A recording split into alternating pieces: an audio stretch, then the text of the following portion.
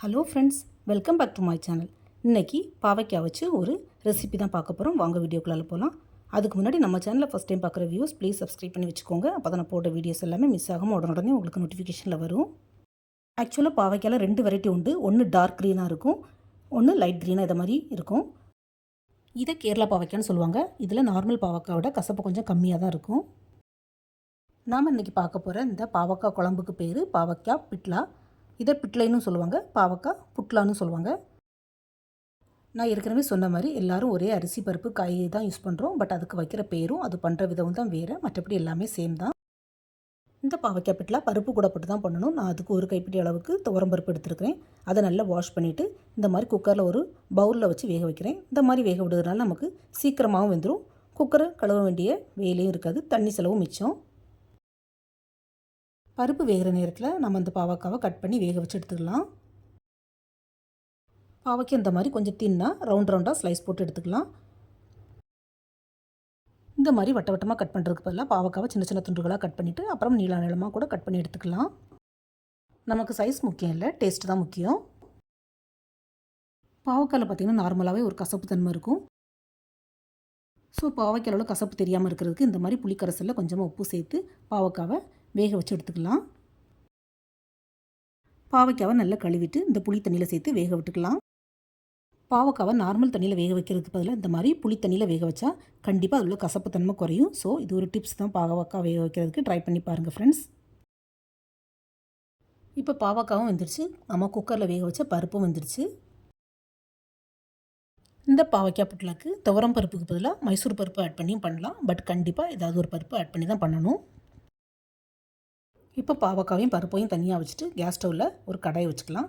கடையில் கொஞ்சமாக எண்ணெய் ஊற்றிக்கலாம். எண்ணெய் சூடானதும் நான் கொஞ்சம் சின்ன வெங்காயம் கட் பண்ணி வச்சுருக்கிறேன். அதாவது தோல் மட்டும் தான் உரிச்சு வச்சுருக்கிறேன். சின்ன வெங்காயமாக இருக்கிறதுனால முழுசாகவே அப்படியே போட்டு பண்ணுறேன். ரொம்ப பெருசாக இருக்கிறத மட்டும் 1-2 கட் பண்ணி விட்டுருக்கிறேன். இந்த சின்ன வெங்காயத்தை எண்ணெயில் சேர்த்து நல்லா வதக்கிக்கலாம். சின்ன வெங்காயத்துக்கு பதிலாக நீங்கள் பெரிய வெங்காயம் போட்டும் பண்ணலாம். பட் சின்ன வெங்காயம் போட்டு வச்சா தான் டேஸ்ட் நல்லாயிருக்கும். பொதுவாக எந்த ஒரு கிரேவிக்குமே சின்ன வெங்காயம் சேர்த்து வச்சா டேஸ்ட் நல்லாயிருக்கும். ட்ரை பண்ணி பாருங்கள் ஃப்ரெண்ட்ஸ். அதே மாதிரி சின்ன வெங்காயம் உடம்புக்கு குளிர்ச்சினால நம்ம உடம்புல உள்ள சூட்டை தணிக்கிறதுக்கும் இந்த சின்ன வெங்காயம் ரொம்பவே யூஸ்ஃபுல்லாக இருக்கும். வெங்காயம் வதங்கி பொன்னிறமாக வந்ததும் நம்ம வேக வச்ச பாவக்காவை இதோடு சேர்த்துக்கலாம். பாவக்காவை புளித்தண்ணியோடையும் சேர்த்துக்கலாம். அப்போ தான் பாவக்காயோட சத்தும் வேஸ்ட் ஆகாது. கூடவே வேக வச்ச பருப்பையும் இது கூட சேர்த்துக்கலாம். இப்போ பருப்பு வெங்காயம் பாவக்காய் எல்லாத்தையும் நல்லா மிக்ஸ் பண்ணி விட்டுக்கலாம். இந்த பாவக்காய் புட்லாக்கு நம்ம தேங்காய் பால் ஊற்றியும் பண்ணலாம், தேங்காய் அரைச்சி விட்டும் பண்ணலாம். ஆல்ரெடி நான் தேங்காய் பால் ஊற்றி பண்ணி அப்லோட் பண்ணியிருக்கிறேன். என்னுடைய சேனலில் போய் செக் பண்ணிக்கோங்க. இன்றைக்கி கொஞ்சம் வித்தியாசமாக தேங்காய் அரைச்சி போட்டு பண்ணுறேன். ஒரு கைப்பிடி அளவுக்கு தேங்காய், கொஞ்சமாக சீரகம் சேர்த்து தண்ணியும் ஊற்றி நல்லா நைஸாக அரைச்சி எடுத்துக்கலாம். ஆனால் நம்ம தேங்காய் பால் ஊற்றி வைக்கிற புட்லா விட தேங்காய் அரைச்சி போட்டு வைக்கிற புட்லா கொஞ்சம் கிரேவி திக்காக கொழுப்பாக இருக்கும். இப்போ அரைச்ச அந்த தேங்காய் விழுத அப்படியே பருப்பு கூட, அதாவது பாவக்காய் கூட சேர்த்துக்கலாம். கூடவே தேவையான அளவு உப்பும் போட்டுக்கலாம். நம்ம ஆல்ரெடி பாவக்காய் வேகிறதுக்கு மட்டும் தான் உப்பு ஆட் பண்ணியிருந்தோம்.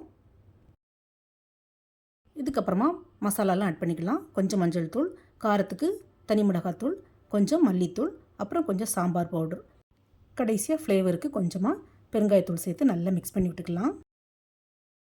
ஃப்ரெண்ட்ஸ், மசாலாலாம் நீங்கள் உங்கள் குவான்டிட்டி அப்புறம் உங்கள் டேஸ்ட்டுக்கு ஏற்ற மாதிரி குறைவாக கூடுதலாக ஆட் பண்ணிக்கோங்க.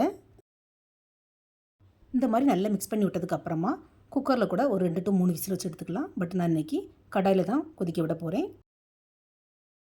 கிரேவி ரொம்ப திக்காக இருந்ததுன்னா கொஞ்சம் ஜார் அலசி தண்ணி கூட சேர்த்துக்கலாம். ஏன்னா இது கொஞ்சம் கொதித்து வற்றணும், அப்போ தான் பிட்லாம் நல்லாயிருக்கும். என்னுடைய அம்மா இந்த ஸ்டேஜில் ஒரு துண்டு வெல்லம் சர்க்கரை ஆட் பண்ணி பண்ணுவாங்க. பட் அது ஆப்ஷனல் தான், கசப்பு தெரியாமல் இருக்கிறதுக்காண்டி அப்படி பண்ணுவாங்க. இப்போ இந்த பிட்லாவை ஒரு லிட்டு போட்டு மூடி வச்சுக்கலாம். கொஞ்சம் கொதிக்கட்டும். ஒரு 5 to 10 மினிட்ஸில் கிரேவி நல்லா கொதித்து இந்த மாதிரி திக்காக கிடைக்கும் நமக்கு. இப்போ கேஸ் ஆஃப் பண்ணிவிட்டு இதுக்கு ஒரு தாளிப்பு மட்டும் கொடுத்துக்கலாம். தாளிப்பு கரண்டியில் கொஞ்சமாக எண்ணெய் சேர்த்து எண்ணெய் சூடானதும் கடுகு ஆட் பண்ணிக்கலாம். கடுகு போட்டினதும் உளுந்தம்பருப்பு ஆட் பண்ணிக்கலாம். கடுகு உளுந்தம்பருப்பும் சிவந்ததுக்கப்புறமா ஒரு ஸ்பூன் போல் துருவின தேங்காய், இது ஸ்கிப் பண்ணாமல் ஆட் பண்ணிக்கோங்க. அதுதான் இதுக்கு ஒரு ஹைலைட்டு. தேங்காயும் லைட்டாக ப்ரௌனிஷ் கலர் ஆனதுக்கப்புறமா ஒரு மிளகாவத்தில் கிள்ளி போட்டுக்கோங்க. கூடவே கொஞ்சம் கருவேப்பிலை சேர்த்து தாளித்து பிட்லால் கொட்டிட வேண்டியதான். ஃப்ரெண்ட்ஸ், நம்ம வேறு எந்த ரெசிபிக்கும் தேங்காய் தாளித்து கொட்ட மாட்டோம். பட் இந்த பிட்லாக்கு கண்டிப்பாக தேங்காய் வறுத்து போடணும், அப்போ தான் டேஸ்ட் நல்லாயிருக்கும். ஸோ ஸ்கிப் பண்ணாமல் சேர்த்துக்கோங்க. இந்த பாவக்காய் புட்லாவை சாதத்துக்கு மேலே ஒயிட் ரைஸில் ஊற்றியும் சாப்பிட்லாம். சைட் டிஷ்ஷாகவும் ட்ரை பண்ணலாம். அதே மாதிரி இந்த பாவக்காய் வச்சு ஒரு கிறிஸ்பி பாவக்காவும் செஞ்சு நான் அப்லோட் பண்ணியிருக்கிறேன். என்னுடைய சேனலில் போய் பார்க்காதவங்க செக் பண்ணிக்கோங்க. நீங்கள் இந்த பாவக்காய் பிட்லாவை எப்படி ட்ரை பண்ணீங்கன்னு உங்களுடைய ஃபீட்பேக்கை மறக்காமல் ஷேர் பண்ணுங்கள். இந்த வீடியோ பிடிச்சிருந்தா நம்ம சேனலை லைக், ஷேர் அண்ட் சப்ஸ்கிரைப் பண்ணுங்கள். தேங்க்ஸ் ஃபார் வாட்சிங். See you soon in the next video. Bye.